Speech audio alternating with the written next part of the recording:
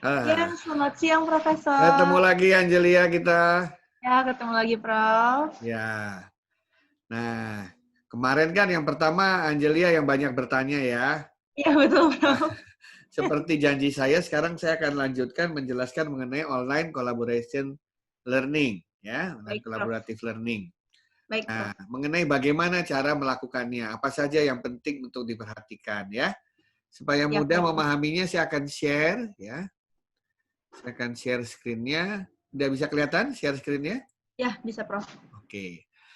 Jadi ada 6 hal yang harus diperhatikan bagi mereka yang ingin menjalankan online kolaboratif learning yang baik ya. Ya, baik, Prof. Yang pertama adalah pemilihan teknologi ya. Karena ternyata teknologi itu penting di sini. Waktu secara online begini ya, secara online begini kan cara kolaborasinya berbeda dengan offline gitu ya. Ya, betul, Nah, Prof.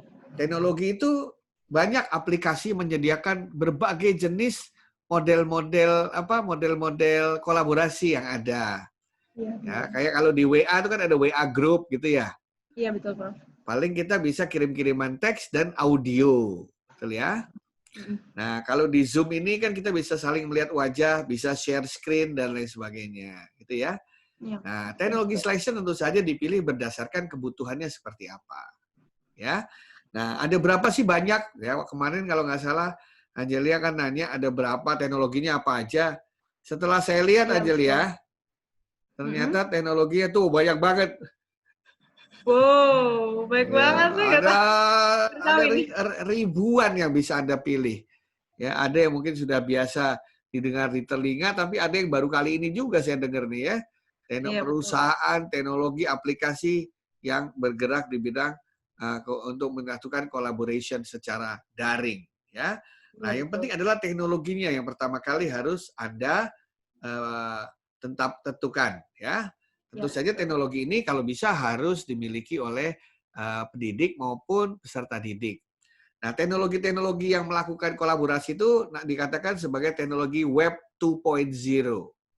Ya, Web Web 2.0. 2.0. Ya, itu misalnya model-model kayak blog, Wikipedia, instant messaging, social networking, video chatting ya. 2.0 itu kita bisa komunikasi lah begitu. Ya. Karena Web 1.0 dulu Angelia cuma satu arah. Iya, satu arah ya. Ya, kayak web-web zaman dulu kan kita cuma bisa ngelihat berita aja kan. Iya. Tapi kita nggak bisa komen dulu. Kita nggak bisa interaksi. Nah, sekarang kan kita bisa interaksi, bisa komen, ya kan? Iya, betul, Prof. Bahkan bisa memberikan penilaian dan lain sebagainya. Ya, jadi ini dari ribuan teknologi yang ada nih, silakan mana yang paling cocok untuk kebutuhan Anda. Nah, kalau sudah, si pendidik dan si guru itu harus pandai-pandai membuat aktivitasnya. Ah. Ya, misalnya, sekarang nanti kita akan simulasikan bersama. Misalnya, saya pengen agar siswa-siswa saya bisa berdiskusi mengenai satu hal. Gimana ya caranya ya saya nyuruhnya ya? Pakai aplikasi ini apa gimana caranya ya? Gitu. Misalnya kalau pakai Zoom, Ah. ayo semua videonya dinyalain, semua bisa saling melihat mukanya semua, gitu. Oh, Kan iya, dari situ betul. baru saya memberikan aktivitas. Ada yang misalnya apa? Saya aktivitas saya di tengah-tengah isinya kayak papan tulis yang bisa dicoret rame-rame. Nah, itu ada Oh, juga. Makanya aktivitas dengan teknologi ini karena aplikasi Zoom ya? iya sangat dekat hubungannya. Karena ada yang jadi aktivitas harus disesuaikan dengan teknologinya pakai apa. Ya, misalnya di WA mau kirim video yang besar filenya kan nggak bisa kan, Iya, terlalu berat. Makanya kalau di iya WA benar. biasanya di share linknya, ya kan. Iya betul. Nah, itu guru atau pendidik harus pandai-pandai membuat aktivitasnya. Harus jelas aktivitasnya ngapain, tujuannya apa, bagaimana cara melakukannya. Nah, itu dalam collaboration sangat penting. Kenapa? Karena saya akan memberi perintah ke orang yang berbeda-beda secara online. Sorry, maksud saya, ya perintah yang sama ke orang Oh, yang berbeda-beda. Kan mereka nangkepnya bisa beda-beda kan? iya betul. Nah, ini paling penting. Yes, betul. Pertama, membuat desain aktivitasnya. Ketiga adalah, Mm. nah misalnya ini nih, Ya, aktivitasnya nih. Ayo bikin lagu dari 6 pemain alat musik yang berbeda. Nah, ini di sekolah musik nih. Satu pemain biola, satu pemain gitar, satu pemain drum, satu pemain bass gitu ya. Iya, Beda-beda betul. disuruh bikin lagu bareng. Jadi satu aransemen yang sama ya. Ya, atau misalnya oke, hari ini kita belajar masalah katakanlah ada satu kata new normal yang banyak dibicarakan itu ya. Coba, ini kan ada 10 siswa, masing-masing cari 10 definisi mengenai new normal yang beda-beda.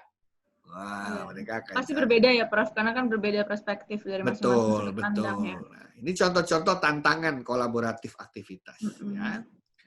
Nah, yang ketiga adalah bagaimana cara membuat grupnya, Angelia. Kan kita ingat waktu kita belajar secara konvensional klasik gitu ya, kalau suruh bikin kelompok pasti semua ngumpulnya ke teman yang deket, ya nggak? Iya, betul. Nah, itu ada baiknya, ada buruknya. Baiknya adalah kita sudah biasa berbicara sehingga udah ada rasa percaya, trust gitu ya. Iya, betul. Tapi buruknya biasanya apa? Kebiasaan mereka sama, hobi mereka sama, pandangan mereka Jadi sama nggak kan mingle ke yang lain ya, Prof ya? nggak mingle. Akhirnya waktu mengerjakan sesuatu nggak banyak variasinya karena Iya, betul. iya chemistry-nya sama, ya kesenangannya sama. Ah, itu tidak terjadi mingle begitu. Online sama, Anda suruh bikin kelompok, dia akan telepon teman-teman yang dia dekat gitu istilahnya. Nah, padahal harapan kita grup itu bertemulah orang-orang dengan latar belakang yang berbeda, gitu ya. Pola pikir yang berbeda, pandangan yang berbeda, sehingga waktu dikasih masalah yang membutuhkan kolaborasi, semua saling melengkapi. Iya, betul. Ya kan? Misalnya orkestra tapi semuanya pemain gitar, ya nggak jadi orkestranya. Ya kan? Iya, Nah, betul. membentuk grup ini sangat penting tekniknya. Nah, di online itu, saya biasanya pakai ini, random generator. Random generator itu ada situs ya, kata kuncinya random generator. Apa itu? Kita bikin kelompok tapi random kelompoknya. Nah, jadi yang nentuin komputer. Oh, ada ya, Prof ya kayak gitu? Ada. Nanti di sesi 3 saya kasih lihat. Boleh, Kita boleh, akan Prof. bikin kelas rame-rame dengan teman-teman yang lain. Nanti kita lihat bagaimana dibentuk kelompok secara random. Nah, sehingga Oh, menarik di situ campur. iya, betul. Bukan karena pilihan orang gitu ya. Iya, iya, betul. Nah, kemudian kadang-kadang lebih bagus kalau kita kasih surprise. Misalnya, ayo bikin kelompok gitu ya. Setelah mereka bagi kelompok, ya masing-masing dipecah. Tidak boleh kelompok yang seperti ada sekarang. Nah, udah terpaksa, udah gak ada teman-temannya Iya, lagi. udah. Nah, ya pokoknya itu yang dimaksud dengan buatlah grup yang benar-benar tujuannya nanti memperkaya. Ya, memperkaya. Oh iya, betul. Kemudian berikutnya adalah, nah grupnya kalau sudah dibentuk, bagaimana cara membuat team building-nya. Ya. Grup yang baru dibentuk kan biasanya baru malu-malu dan lain sebagainya. Akhirnya biasanya ada satu orang yang dominan. Iya, betul. Dia yang ngatur semuanya. Nah, ada orang yang sok tahu, ada orang yang sok pinter gitu ya. Ya, benar. Nah, orang-orang pinter tapi pendiam ya diam aja. Ada juga yang nggak mau ikut campur ya, atau ada kayak yang mau malas ikut aja campur. Gitu. Makanya guru dan dosen harus pintar-pintar bagaimana supaya mereka dalam tanda petik terpaksa kerjasama. Iya, betul. Seperti itu. Jadi misalnya, ayo kita sekarang ya kata guru, kita bikin karangan. Ya rame-rame nih, mengarang. Nomor 1 semua, tulis kalimat pertama. Nomor 2, lanjutkan kalimatnya. Nomor 3, lanjutkan kalimatnya. Wah, tiap orang ganti-gantian tuh. Iya, betul. Nah, itu contoh kita bisa membuat kolaboratif atau membuat team building. Jadi mereka terpaksa saling bekerja sama. Nah, Prof, terkait team building itu sendiri kan pasti pengajar itu harus memiliki kualitas pribadi sendiri ya, Prof. Ya. Untuk bisa istilahnya mengajarkan kepada misalnya siswa atau mahasiswa yang diajarkan, sehingga mereka sehingga mereka sendiri sebagai mahasiswa juga merasa istilahnya tidak menjadi beban untuk mereka atau istilahnya menjadi salah satu motivasi untuk mereka gitu dari apa yang diajarkan sama. Ya, nah itu bedanya kolaborasi dan cooperative learning. Jadi ada collaboration learning, ada cooperative learning ya. Kalau kooperatif itu masing-masing mereka sudah punya sesuatu. Ya, masing-masing mereka punya sesuatu, saling mencoba untuk sharing yang dimilikinya itu. Oke? Jadi nggak ada masalah mereka mau gabung apa tidak, semakin berkooperasi masih bagus. Nah, kolaborasi ini adalah kalau mereka nggak kerjasama, masalah nggak bisa diselesaikan. Beda ya, ceritanya ya. Nah, jadi itu tadi kayak main puzzle gitu ya. Ada 5 orang, masing-masing dapat potongan puzzle yang berbeda. Kalau yang datang cuma 3 orang, ya nggak jadi gambarnya. Iya, jadi benar. Jadi benar tadi, gurunya, dosennya harus punya pengalaman bagaimana supaya setiap orang punya peran.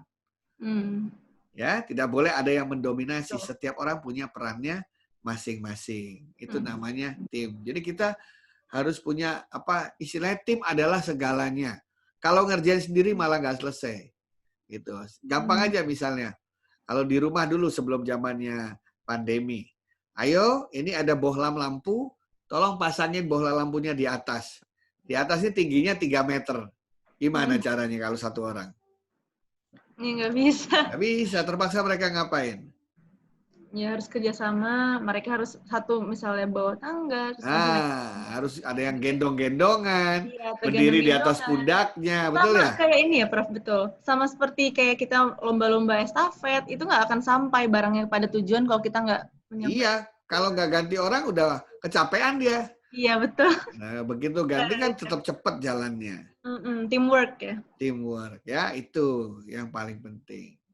Setelah teamwork, ada yang namanya scaffolding atau facilitation. Apa itu? Biasanya tugas yang diberikan itu kadang-kadang mereka nggak menemukan jalan keluarnya. Ya, karena mungkin terlalu sulit begitu ya, tantangannya terlalu tinggi. Nah, tugas seorang guru dan dosen itu memberikan hint-hint, bocoran. Oh, iya. Tapi bukan bocoran jawabannya, dikasih sedikit-sedikit bantu. Clue ya? Clue, dikasih clue, betul. Dikasih clue dikit-dikit. Itu artinya kita memberikan bantuan sedikit-sedikit supaya mereka bisa bergerak terus belajarnya. Ya, sebab kalau tidak dibantu gitu kadang-kadang ada kelompok yang berhenti, stop gitu kan? Iya, nyerah gitu aja ya. Nyerah, udah mencoba berkolaborasi nggak ketemu juga. Nah, itulah diberi kita fasilitasi, kita beli yang namanya scaffolding. Nah, scaffolding itu kalau mau bikin bangunan itu kan ada kerangka-kerangka dulu untuk nopang orangnya supaya bisa naik turun, nyemen dan lain sebagainya. Penyangga, ya. Iya, penyangga. Dikasih penyangga dulu, ya. Nah, kalau sudah jalan semuanya, baru yang terakhir yang penting, apakah dari peristiwa collaboration tersebut, ya, si pembelajar, si peserta didik mendapatkan sesuatu. Makanya dilakukan teknik yang namanya assessment. Atau ujian gitu biasanya. Atau ujian secara bersama. Gitu ceritanya. Iya. Ya, itu singkatnya seperti itu. Jadi collaboration learning itu 6.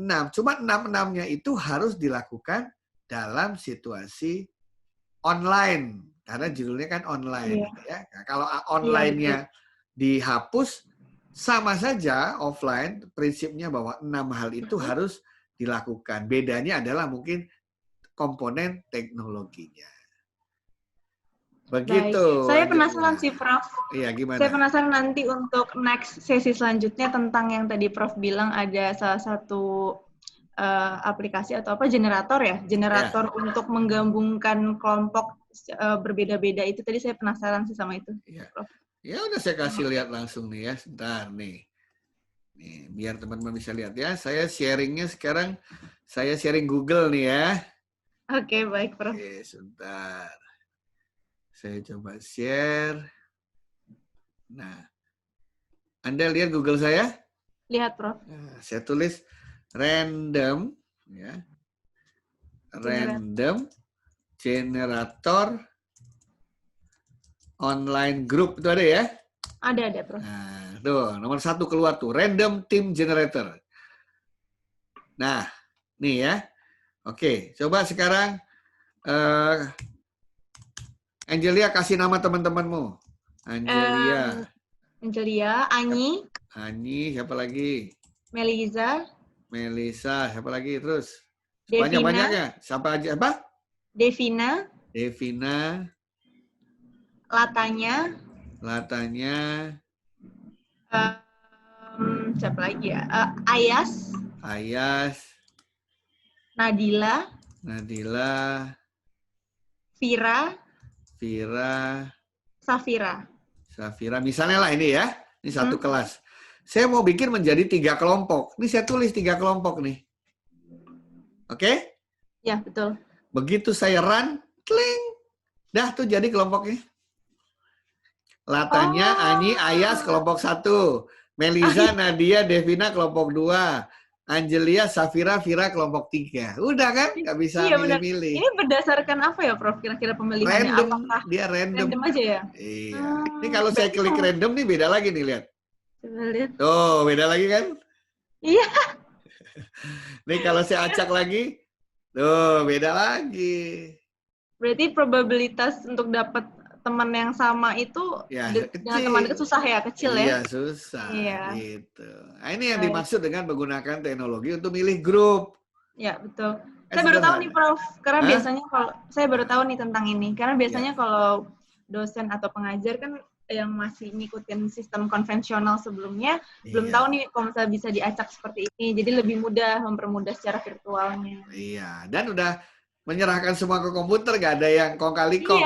Iya makanya nggak dipakai apa ngitung-ngitung atau masa nggak perlu dikocok-kocok Gak perlu untuk dikocok, diambil kayak arisan ujian. satu-satu. Ah, Iya, kelamaan, sayang waktunya. iya benar-benar, Bro. Gitu. Baik, Bro. Oke? Ya, oke, sudah mengerti. Iya. Oke, kalau gitu. Nanti. Makasih Angelia ya. Iya, terima kasih banyak ya, Mudah-mudahan Prof, bermanfaat. hari ini. Iya, terima kasih atas hari ini untuk Oke. pendalaman materi OCL-nya. Semoga Prof sehat-sehat selalu di Ya, masa pandemik ini. Anda juga. Terima kasih. Terima kasih banyak, Prof. Ketemu. Sampai ketemu.